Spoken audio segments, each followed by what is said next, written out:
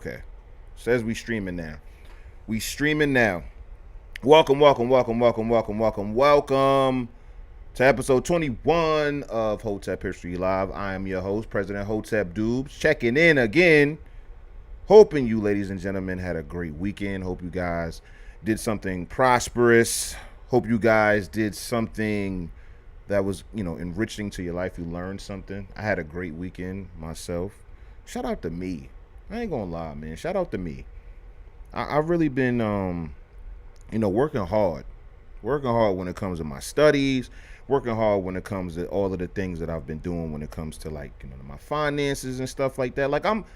I've been having a good year. Now it hasn't been a perfect year, but I can honestly say, YTD year to date, I'm doing much, much, much better than I was last year on this date. So I am extremely grateful. I thank God every day for giving me breath first and foremost, but allowing me to just do my thing, man, and grow and keep learning and keep doing. And it's been a beautiful journey, and hopefully you guys are having that same type of feeling about yourselves. If you're under the sound of my voice, this is a no non-solution zone. You feel me? You got to be thinking about solutions. You got to be thinking about your next play. You got to be thinking about your current play, thinking about your present and your future, thinking about yourself, thinking about your family. You have to be formulating and configuring solutions, man. You have to. It is a must. It is a requirement. It's a lot of people out here making excuses for a living. Please believe it. There's people out here making excuses for a living. Every day, Monday through Friday, especially on the weekends, they will give you an excuse as to why they are not doing what they know to be doing. I'm well aware of this fact. Shout out to Bert in the chat. Bert says that he spent his weekend at a family reunion with 4 branches.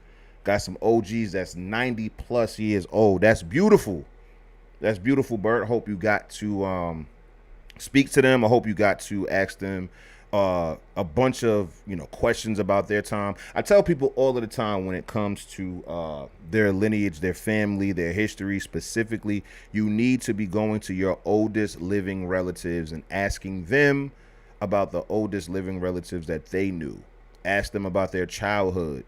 You going back, hundreds of years at that point, or at least over 100 years. If in Bert's example, he's talking to family members that's over 90 years old. So yeah, let's learn about her elders or his elders. Let's learn about what they were doing, how they were thinking, what they, were making happen while they were alive here. So shout out to Bert. Bert's been here. He's another day one.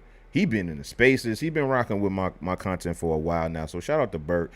I am apprehensive to tweet the link out, but if you guys are so inclined, please do your thing. The streams have been jamming lately.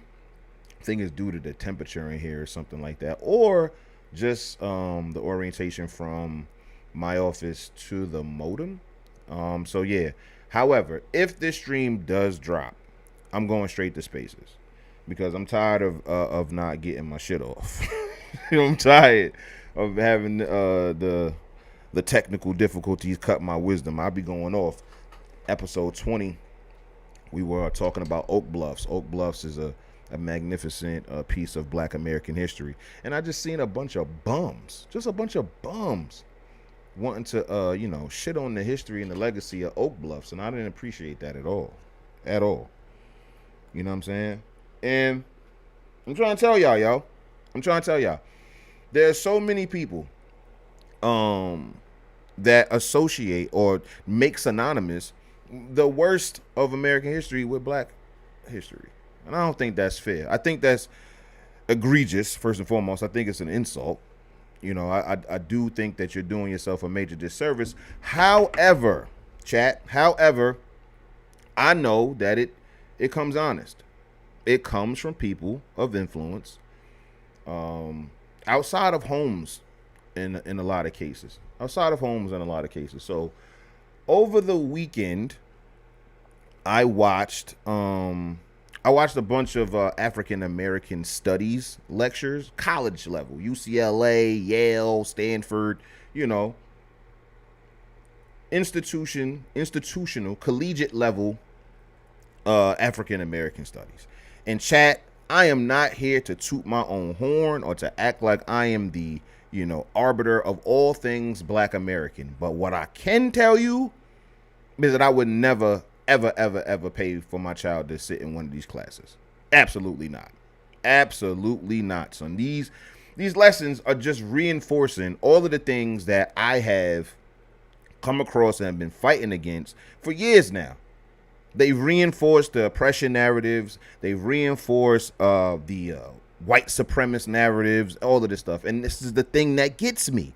Why do we have to, not even asking, I'm not asking anymore. I know why you guys are doing it. But it is extremely weird for these people to be centering white people in our history. I will continue to say it. This is not something that you're not going to hear me say again. And that's another thing that I've noticed when it comes to what I'm doing here. There's going to be a lot of repetition here. First and foremost is, new people coming in, so they got to know where I'm coming from. And then second, people have to understand for real. Like, they have to get a good grasp on this stuff. I go on these rants for hours and hours and hours, days and days and days and stuff like that. And a lot of the information is similar to the last time, just with, different subjects, different people, different places and stuff like that, to let you know that I'm not coming from this weird myopic view. Conversely, these people are. They find every which way to infuse Marxism and communism in our thought. For real. And we know this based upon the communists infiltrating Howard University, probably Harvard too, but Howard University in the early 20th century. We learned about James W. Ford. We learned about Hubert Harrison, C.L.R. James, like all of these, notable names in the political thought leader circles and stuff like that.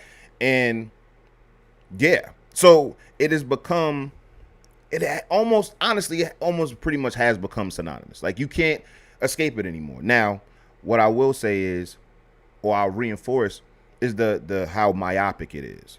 All of this stuff is just coming from 1965 forward. Like, you can have little tinges of it in the 20s, 30s, 40s, and 50s, but it really kicked up. It really kicked up in the 50s and 60s, and then definitely the 70s. So it's just like, we flirted with it in the early 20th century, absolutely. But I just don't I don't think that it was the same brand. It got a lot more radical. It got a lot more reckless. And again, what I am seeing. So just to set up my point, statistically, they say about 70%, like if you got wealthy, right? 70% of people who get wealthy in their lifetime, their grandchildren are going to squander it. I remember I read that on Yahoo Finance like years ago. 70%, right?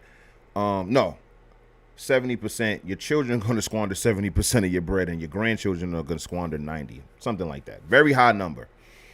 And this goes back to what I be talking about when it comes to the game of generational telephone.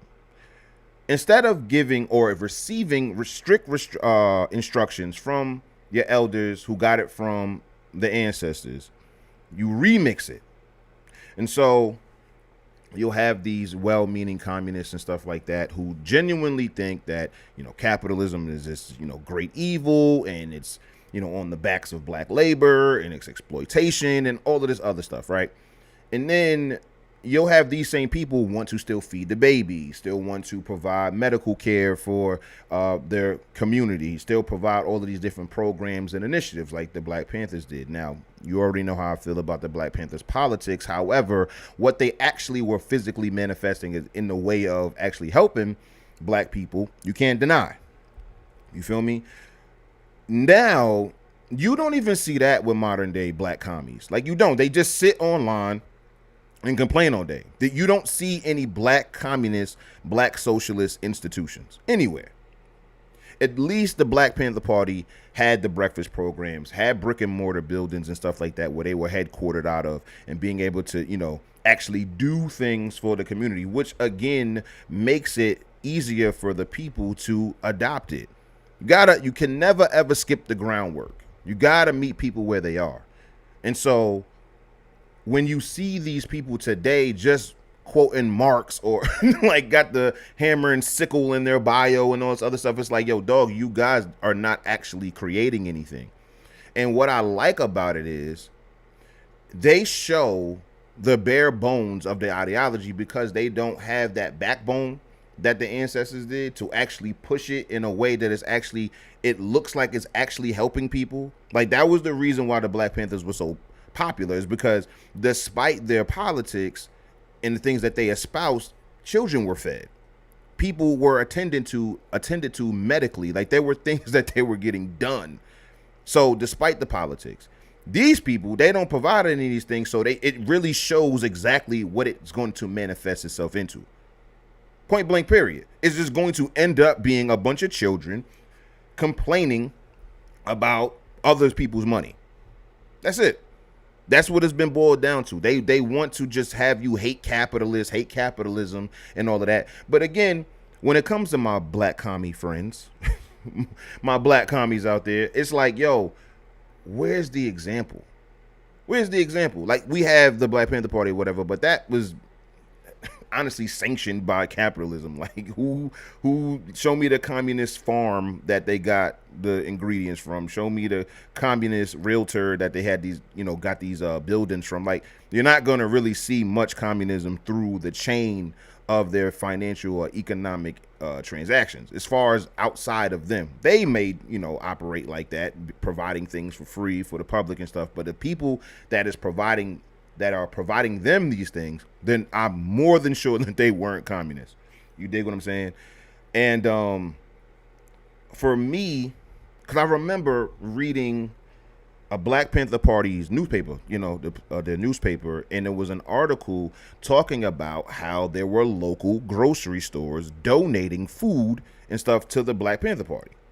Again, these stores are operating under capitalism, but also seeing the vision as far as what the Black Panther Party was doing on the ground. So they wanted to help with that. If I'm a black grocery store owner and I see there's a bunch of young black men and women who are feeding children every morning, even if I disagree with their politics, I like that program.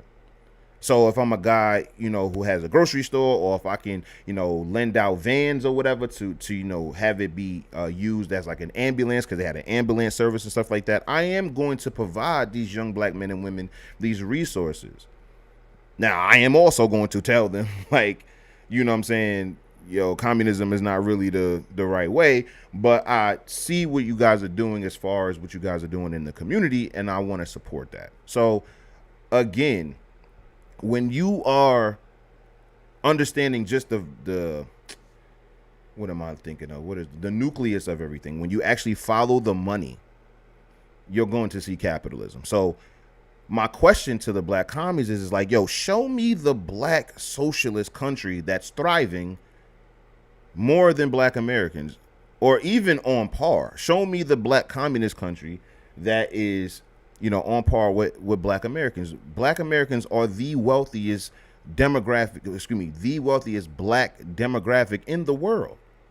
Like, what are we doing here? Like, what are we doing? Like, I'm not about to argue with you. I'm not about to argue with you about the benefits of capitalism as it pertains to black America. There's hundreds of years of history to substantiate my position. Okay? Understand that. Be very clear. Yes. Listen, I'm not going to hold you. I stand on that slavery was more so communism than capitalism. It wasn't a free market. The only thing, I'm saying, like, I look at, the system, and I'm like, yo, this is literally telling human beings that they are property, that you are owned by the state, or this is sanctioned by the state. This is more akin to communism than capitalism. That's why I stand on that. But even if we go along and saying that, yo, this is the birth of capitalism, which is not, and black slaves were used as capital and traded and all this other stuff, yeah, that happened. That 100% happened. But here's some harsh truths as it pertains to that. One, you wouldn't be here. I wouldn't be here without it. Like, these are facts. I need people to understand that we are not playing these kid glove games here. Okay, we talk about history and the chronicling of time. Slavery in America happened. Chattel slavery in America happened, where millions of black Americans were enslaved. That is a fact. You can't go back in time and erase it. That is the facts. Okay? So, based upon these facts, our ancestors coming out of slavery did not adopt communism, did not adopt socialism. They adopted capitalism and then used it to their benefit. So much so that we became the most wealthiest black demographic in the world. Literacy rates, illiteracy rates went from over 90% to less than 10% by 1950. So in less than 100 years, people who could not even read or write, the vast majority, brought their literacy rates down to less than 10%. And that is the reason why I get so upset when I be looking at these new stats where the great majority of black children are not reading at grade level, because literal former slaves were able to bring their illiteracy rates down and, well, conversely, bring their literacy rates up. Okay? So, again, when we are talking about this small slither of history being overshadowed, like this large swath of history being overshadowed by this small slither, that is intentional. There is absolutely no way that makes sense. There's no way that makes sense. And then I dug a little deeper. We're going to get back to this tweet that I was talking about. I dug a little deeper. And then this is all, like, I tell you about my researching and how I just have these thoughts. Like, yo, I wonder. So I'll tell you this particular story. So I woke up, I want to say on Saturday or something like that. And I was like, yo, I know that Booker T. Washington had haters, and I know people in the more contemporary sense of black American history talked down on Booker T. Washington, called him an accommodationist. He was placating to white supremacy, all of these different things. And I'm like, yo, Booker T. Washington was an incredibly influential man, if not the most influential black man in the world at the time, but definitely in America. And so that influence is definitely going to be multiplied by millions of black Americans, and millions of black Americans thrived under the school of thought of Booker T. Washington, the things that he stood for: self-sufficiency, self-reliance, economics, industrialism, vocational works, trades, professional, all the stuff that we be talking about up here. Millions of people were under this influence. And so I'm like, yo, son, what happens? Like, what happens in the timeline of our history to where all of that influence goes to, by the wayside? And I realized that it was just a bunch of books being written between the years of like 1955 to like 1980, where they were just shitting on their ancestors. Legit. Like, they were talking about men and women like Booker T. Washington like they didn't know what the fuck they were doing. And this new regime of black, cultural Marxism, black communism, black socialism is the new wave, the new Negro, all of that stuff, and disparaged the generations before them. And I'm like, everything that we are seeing, you hear it all the time that there's nothing new under the sun and all of that stuff, right? Everything that we are seeing when we're looking at these young black commies in their 20s, 30s, sometimes even 40s or whatnot, you got to understand that they're just doing the same things that people of their ilk were doing previously. People like them who now, who shit on black capitalists and black American economics and stuff like that. They come from, even if it's not lineage, they come from that school of thought to where we need to disparage what happened before us or who came before us, because we are ushering in a new regime and we know better than these people, and we shouldn't have followed these people from the get-go. If they were pushing communism back in 1870, we wouldn't even be here. This is the logic that a lot of these commies even operate under. So it's like, yo, fuck the fact that capitalism raised, I don't know how many black Americans from the drudges of former slavery to, owning these towns, owning businesses, building schools, building churches, building all of this different infrastructure throughout the country. Fuck all of that shit. let's talk about communism. And the thing that I find so fucking hilarious about this shit is that there is none of this communist shit. There is none of this socialist shit without capitalism. The only reason why they even feel so emboldened by the shit that they say is because there are active things, active wealth being built, active infrastructure being used right now under capitalism, and they look around and see this shit. They look around and see sidewalks and roads paved. They look at all of the buildings. They look at all of the money being generated and circulated and shit like that. They see all of the prosperity. And we know that this is largely due to capitalism and being like, yo, I want in on that. But nobody wants to actually start from scratch when it comes to communism. That's something that I've noticed with these people. They don't want to start from scratch. They don't want to have to build a town under communism. They want a town that was already built under capitalism and then infiltrate it with communism. They don't want to build their own systems. They want to co-opt other people's already active and working systems under capitalism to try to, bolster their own movement. But I want to see capital be generated under communism. I want to see wealth and prosperity be generated from nothing under communism. I haven't seen it, especially in Black America.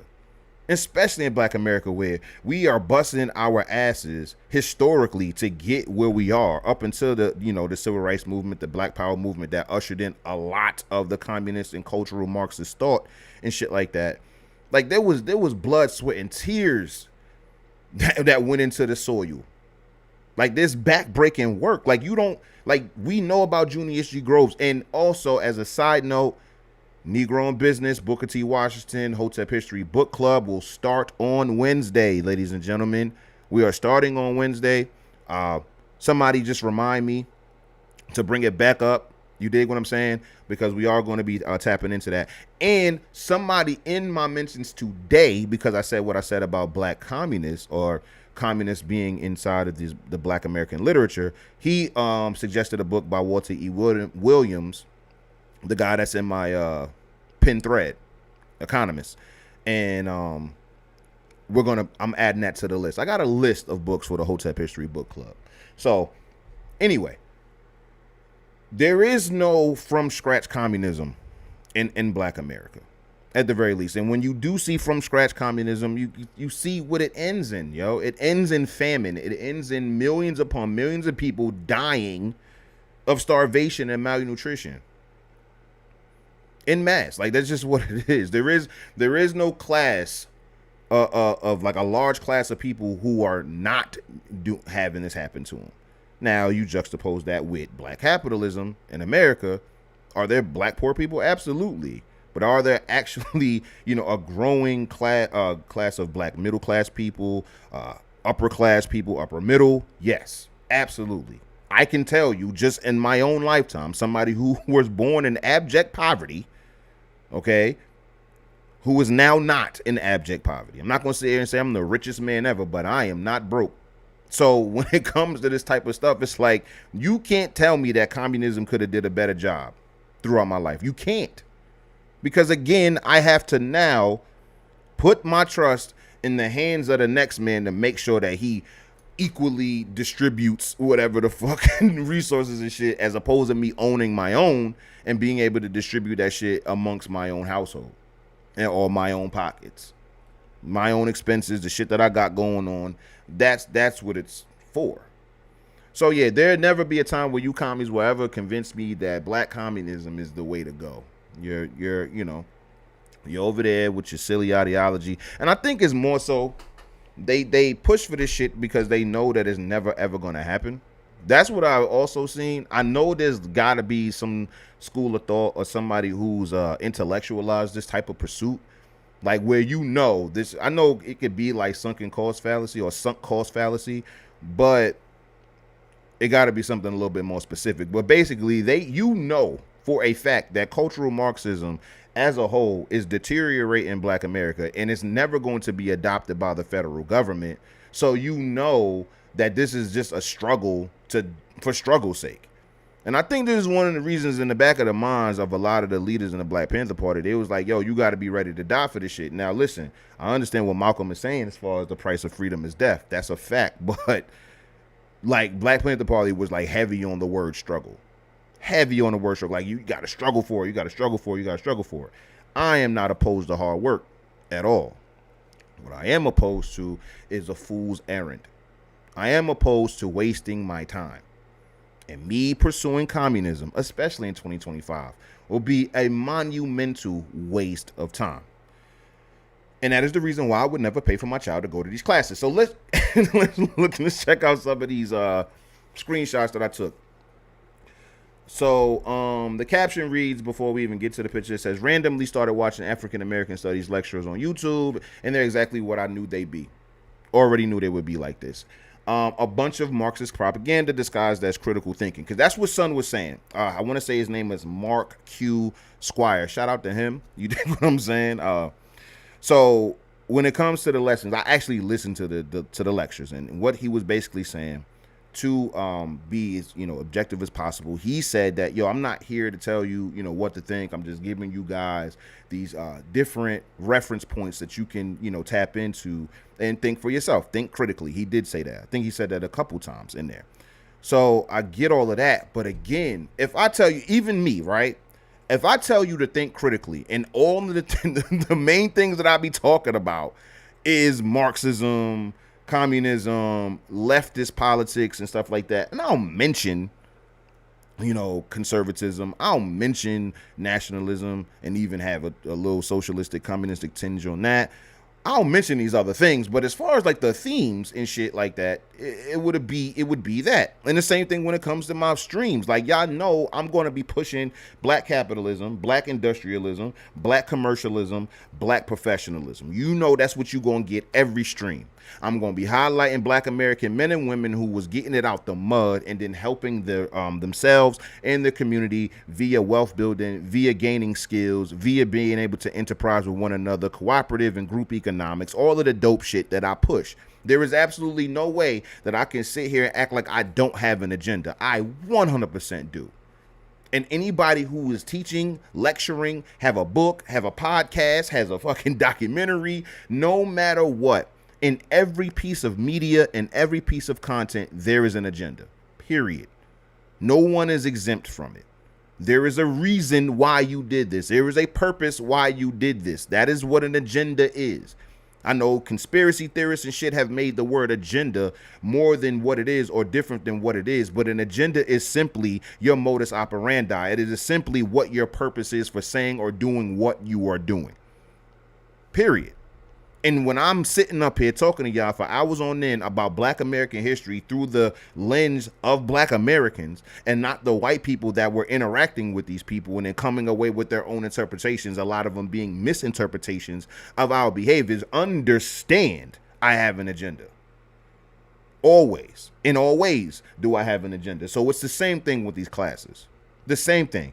So when you're thinking about the way things are being curated and pushed towards you, a lot of the things is I'm not looking at this from the student's perspective.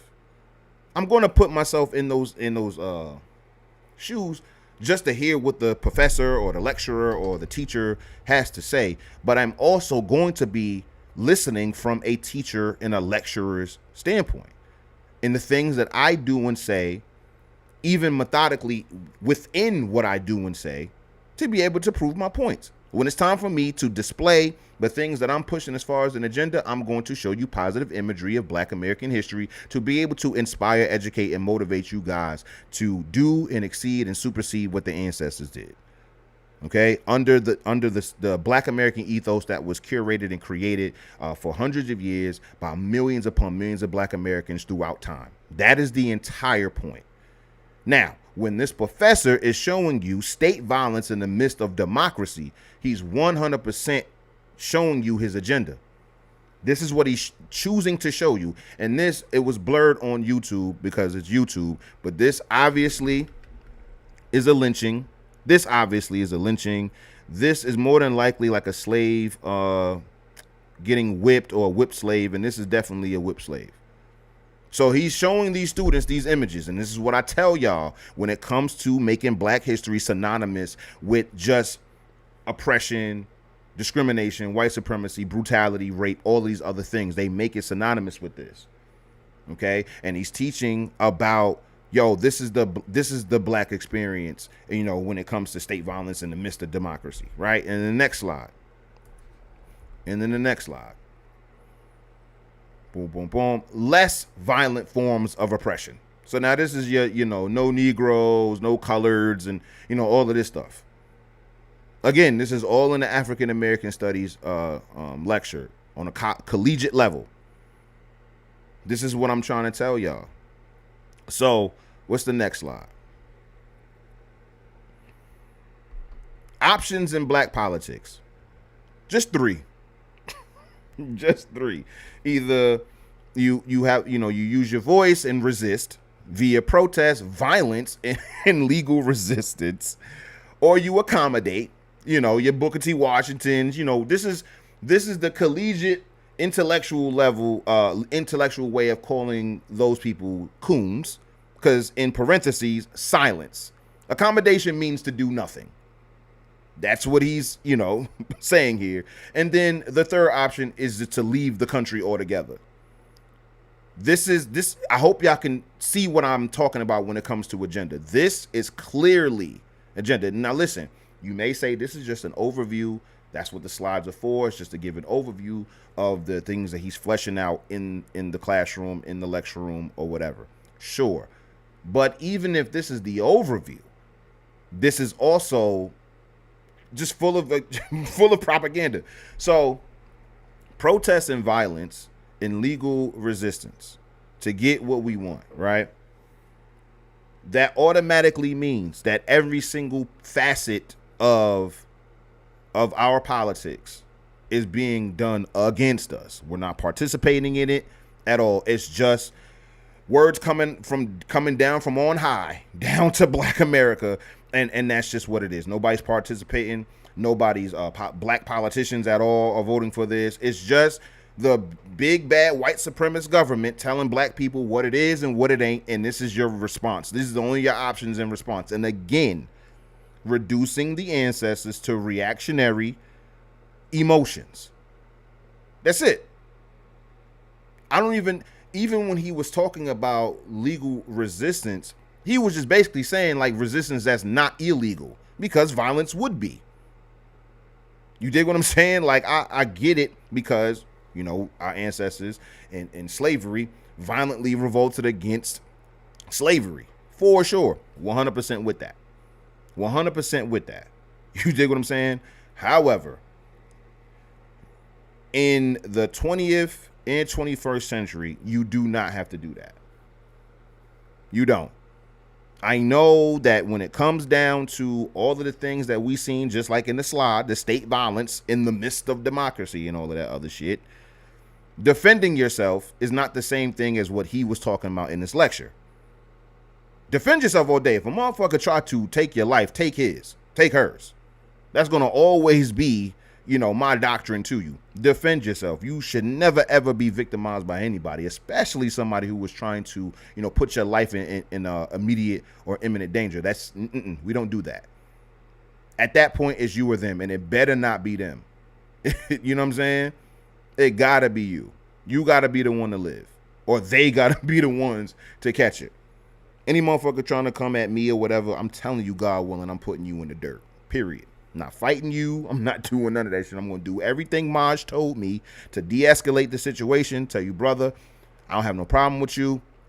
Any of that stuff, we can, come to agree to disagree. I'm going to do everything Maj told me to de-escalate the situation so we don't, make anything, make any decisions that we're going to regret. But if you do not heed to my de-escalation and my initial retreat, you dig what I'm saying? And you are coming towards me trying to do something to me, I'm sending you to hell. You're going to hell, buddy. First class ticket, express to hell. So, again, not seeing her saying that violence is not necessary in self-defense, but thinking that you need to, storm the Capitol or do any of this goofy shit. No, bro. No. And so this is the ideology that they're pushing. So when it comes to accommodation, it just being silence, again, he's framing it as accommodation being subservient automatically because you're black. There is absolutely no way that you can come to mutual grounds with a white man. A black man can't come to mutual grounds with a white man unless the white man, excuse me, the black man is acquiescing to the white man. That's how they're framing this. So it's not hard for me to realize how y'all come out of school with your fucking degrees and you still have an inferiority complex as it pertains to white people. Despite you going to class with these people, despite you learning from these people, despite that you are more entrenched in interracial situations, interactions, and all of that, you're immersed in it. You dig what I'm saying? As opposed to somebody like me who didn't do any of this stuff. I would never go to an African American studies class. Like, what the fuck do I look like? But like, y'all still are framing yourselves on a collegiate level as the subordinate. And that's the reason why accommodation, you feel me, is even used in this context. Why is it not just mutual? Why is it that the black man and the white man came together and was like, yo, listen, this is what's best for me. This is what's best for me. Come to a compromise and move fucking forward. Like men do.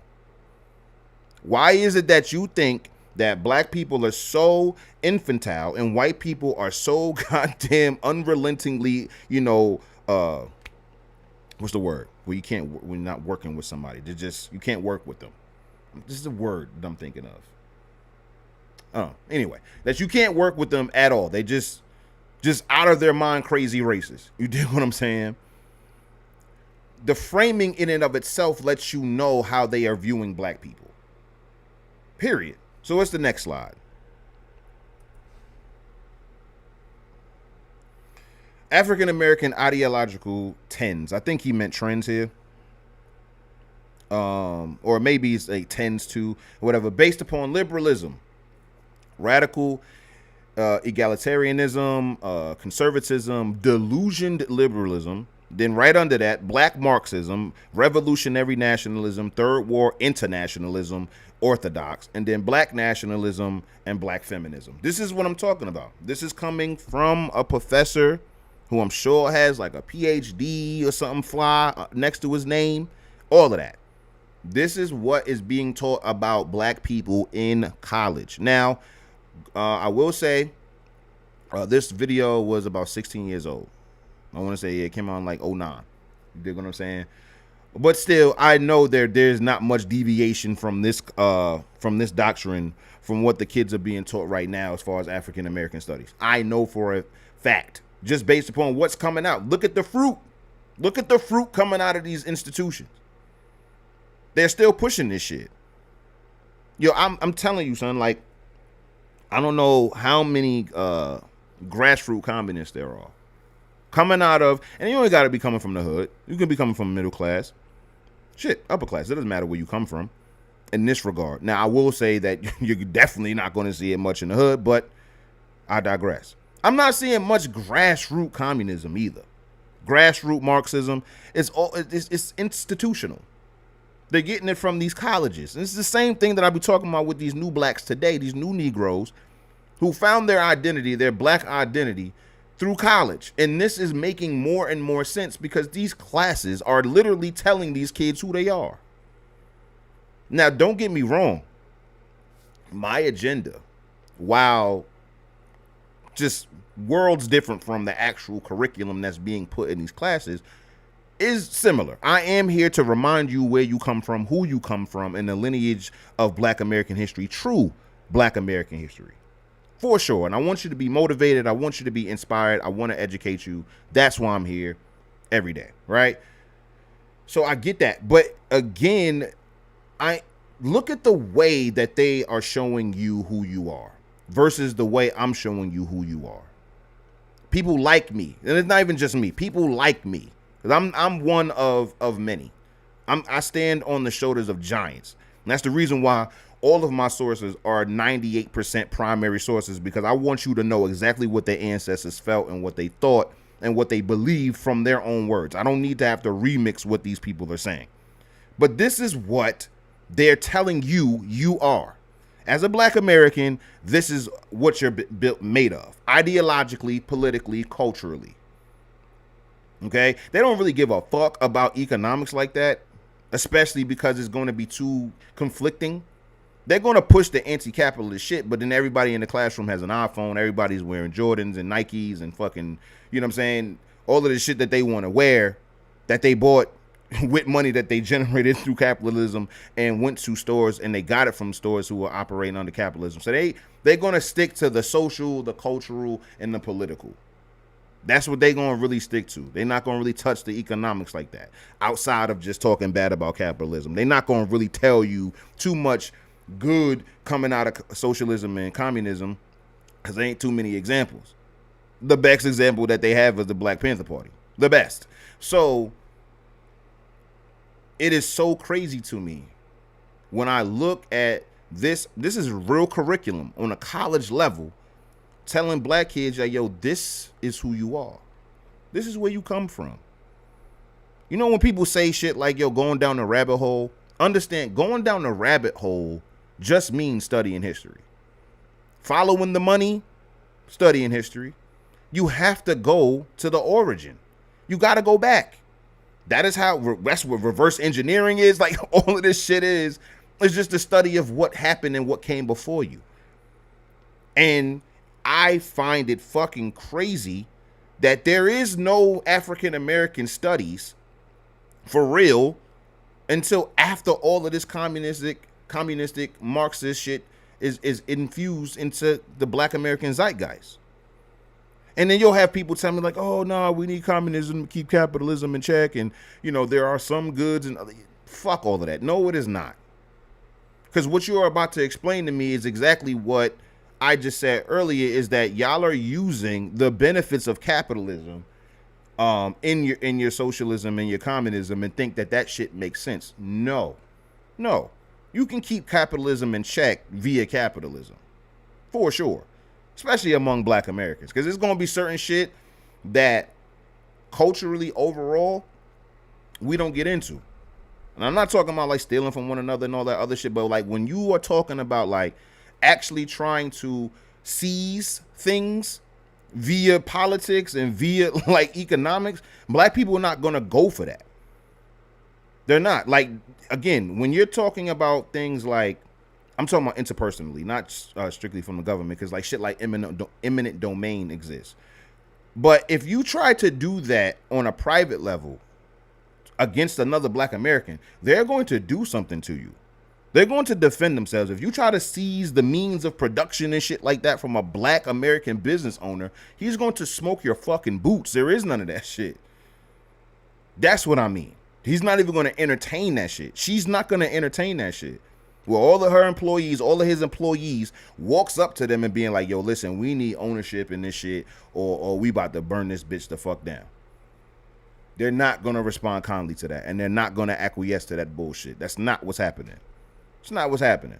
So my biggest issue is how this is negatively affecting the students coming out of these classes. Because what happens is they leave these schools, walk around with this bullshit in their mind, and when it's time to be confronted with their thoughts and shit like that, they be arrogant as fuck to tell you, yo, I studied this shit. I went to school for this shit, and this is what they fucking teaching you. Black Marxism. They're not teaching you anything of real substance. They just teaching you shit that you can ideologically hang on and think that this is the more superior thought, and it's just the white supremacist system that just won't let it happen. And these are the things that you coming away with as somebody who's smart. I'm not even as impressionable as these kids. And this is what I know he wants people to come away with as far as the morals. And I know this because when it comes down to people who walk away from the shit that I be saying and they go to repeat what I just told them, they're going to put their little spin on it. They're going to conceptualize it in a way that allows them to understand it better. My man Nika, I was talking about Booker T. Washington being a strategist when it comes to, building economic support from different people, including white people. And then Nika took that as, Booker T. Washington was finessing white people. And I'm like, hold on, Nika, that's not what I meant. But I get where he would get that from because I'm talking about strategy. And I'm talking about how Booker T. Washington was able to approach things with a little bit more stoicism and pragmatism that didn't really, resonate with a lot of the emotional people. What's going on, JB? What's going on, JB Smooth? So again, for me, what these classes are doing effectively is making all of y'all anti-ancestor. There is no way that y'all can push this shit and be pro-ancestor. Zero way. And again, even if you disregard everything that happened before 1865, which I don't think you should, because a lot of shit was flying before then. We talked about James Forten. James Forten had a business. Black man had a business. First of all, his parents were born free. His parents were not mixed either. They were born free. He was born free, so he never even seen slavery. This is the colonial era. I think he was born in Philly. You feel me? Owned a business, went to war. Let's not forget, he went and fought for America's independence, came back and bought his old boss's business, from a white man, and had white employees in the 18th century, in the 17th. However, if we just look at 1865 to 19